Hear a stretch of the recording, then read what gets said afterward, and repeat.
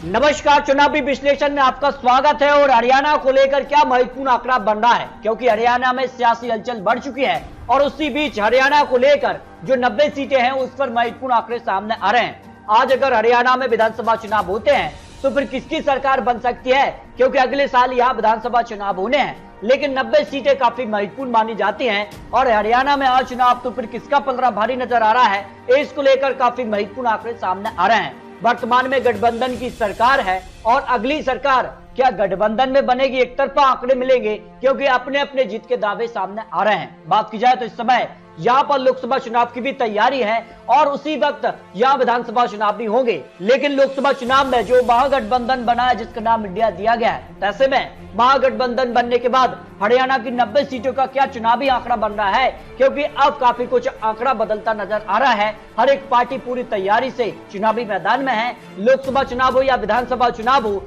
जनता किसके पक्ष में हरियाणा में वोट कर सकती है, इसको लेकर महत्वपूर्ण विश्लेषण सामने आ रहा है। आज चुनाव तो फिर किसकी सरकार, क्या बीजेपी का कमल बरकरार रहेगा या कांग्रेस यहाँ वापसी करेगी, क्योंकि काफी हलचल हरियाणा में इस समय दिखाई दे रही है। और अगर बात किया 2014 में, तो यहाँ भारतीय जनता पार्टी ने 47 सीटें हासिल की थी और यहाँ पर बात की जाए तो पूर्ण बहुमत यहाँ सरकार रही थी।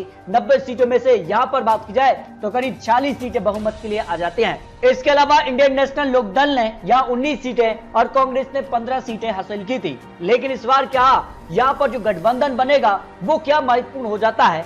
2019 के भी आंकड़ों की बात की जाए तो यहाँ पर भारतीय जनता पार्टी ने सबसे ज्यादा 40 सीटें हासिल की थी, लेकिन बहुमत अपने दम पर हासिल नहीं किया था।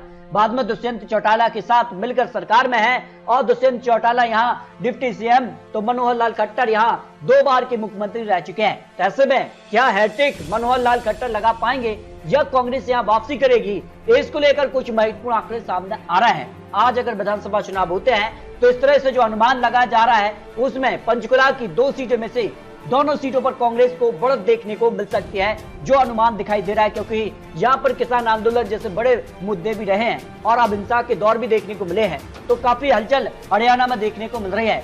अगर बात की जाए यमुनानगर की 4 सीटों में से बीजेपी यहाँ 2 सीट पर कांग्रेस और अन्य के खाते में 0 सीट जा सकती है। इस तरह से यहाँ पर कांटे की टक्कर देखने को मिलने वाली है, जो अनुमान यहाँ पर दिखाई दे रहा है। जबकि अंबाला की 4 सीटों में से भारतीय जनता पार्टी को यहाँ पर 1 से 2 सीट की संभावना दिखाई दे रही है। 2 सीटों पर कांग्रेस 1 सीट यहाँ जेजेपी पार्टी के पक्ष में जा सकती है। इस तरह से अगर बात की जाए तो यहाँ पर कांटे की टक्कर देखने को मिल सकती है।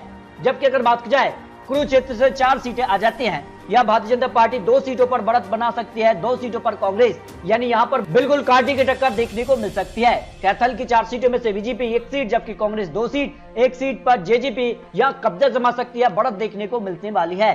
करनाल की 5 सीटों में से बीजेपी को यहाँ पर 1 से 2 सीटों पर यहाँ पर जीत की संभावना दिखाई दे रही है। वही कांग्रेस 3 सीट, 1 सीट पर जेजेपी पार्टी के पक्ष में जाने की संभावना ओपिनियन पोल के हिसाब से लगाई जा रही है। जबकि पानीपत की 4 सीटों में से बीजेपी या 2 सीट पर कांग्रेस को जीत की संभावना हो सकती है। सोनीपत की 6 सीटों में से बीजेपी को यहाँ पर 1 से 2 सीट मिल सकती हैं, जबकि 4 से 5 सीट पर कांग्रेस को बढ़त देखने को मिल सकती है। जेजेपी पार्टी और अन्य के पक्ष में 0-0 सीट जाने की संभावना हो सकती है।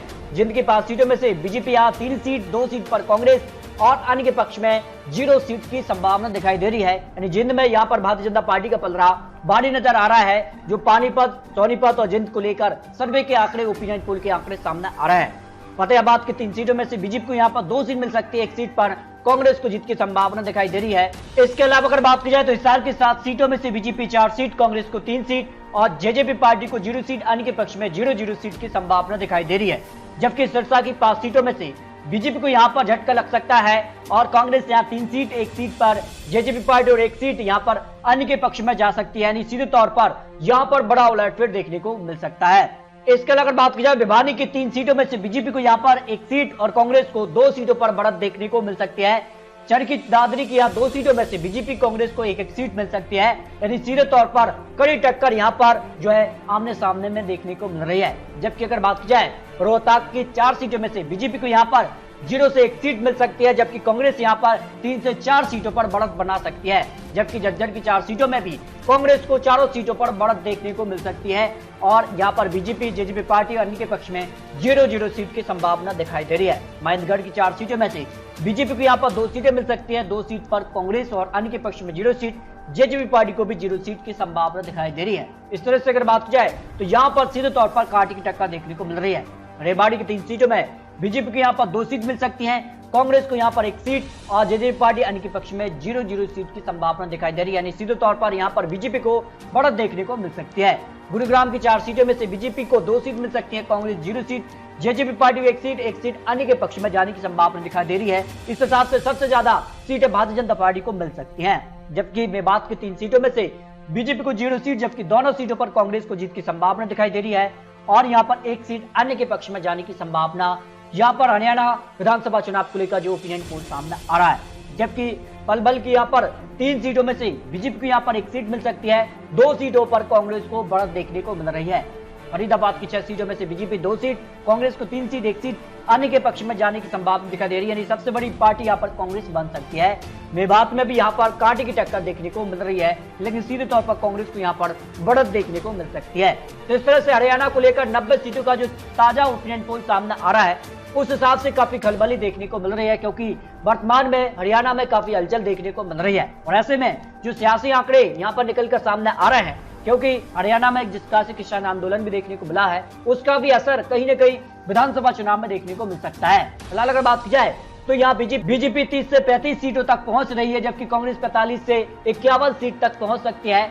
और यहाँ पर जेजेपी पार्टी को या 5 सीट और अन्य के पक्ष में 4 सीट की संभावना ओपिनियन पोल के हिसाब से लगाई जा रही है। यानी आज अगर विधानसभा चुनाव होते हैं हरियाणा में, तो फिर बीजेपी कांग्रेस में कड़ी टक्कर है, लेकिन कांग्रेस को यहाँ पर बढ़त देखने को मिल सकती है, जो अनुमान ओपिनियन पोल के हिसाब से लगाया जा रहा है। यानी अगले साल विधानसभा चुनाव है, लेकिन उससे पहले काफी हलचल बढ़ चुकी है और आने वाले वक्त में यहाँ किस कार के चुनावी प्रचार होते हैं और किस कार के गठबंधन होते हैं, क्या यहाँ पर दुष्यंत चौटाला बीजेपी के साथ मिलकर चुनाव लड़ेंगे या अलग चुनाव लड़ेंगे, कांग्रेस किनके साथ गठबंधन करती है, ये भी काफी महत्वपूर्ण होता है और उसके बाद ये आंकड़े बदल भी सकते हैं। तो आपको क्या लगता है, क्या हरियाणा में बीजेपी फिर से सरकार बना पाएगी और यहाँ पर जो है मनोहर लाल खट्टर क्या तीसरी बार हैट्रिक लगा पाएंगे मुख्यमंत्री के तौर पर, या कांग्रेस यहाँ वापसी करेगी, क्योंकि हरियाणा में काफी हलचल बढ़ चुकी है। आज अगर विधानसभा चुनाव होते हैं तो हरियाणा की 90 सीटों पर बीजेपी कांग्रेस अन्य के पक्ष में कितनी सीटें जा सकती हैं, इस पर आप राय रख सकते हैं। जबकि लोकसभा चुनाव की भी तैयारी शुरू हो चुकी है, लोकसभा चुनाव में ज्यादा वक्त बचा नहीं है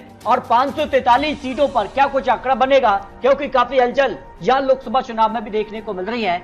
और यहाँ पर जिस कार से गठबंधन बन रहे हैं, जहाँ टीएमसी ममता बनर्जी और यहाँ पर आम आदमी पार्टी अब यहाँ पर कहीं ना कहीं इंडिया गठबंधन में शामिल हुए हैं, जबकि एनडीए भी 40 से ज्यादा दलों का दावा कर रहा है। तो ऐसे में क्या एनडीए या फिर जिस कार से महागठबंधन में इंडिया गठबंधन जो नाम दिया गया है, लोकसभा चुनाव में किसका पलड़ा भारी होगा? बहुत जल्द आपको लोकसभा चुनाव का भी विश्लेषण देने वाले हैं, तो आपको क्या लगता है, प्यार रखिए। मिलते हैं और सटीक और महत्वपूर्ण विश्लेषण के साथ, तब तक लीजिए जब। चैनल को सब्सक्राइब करें और बेल आइकन को प्रेस करें वीडियो सबसे पहले देखने के लिए।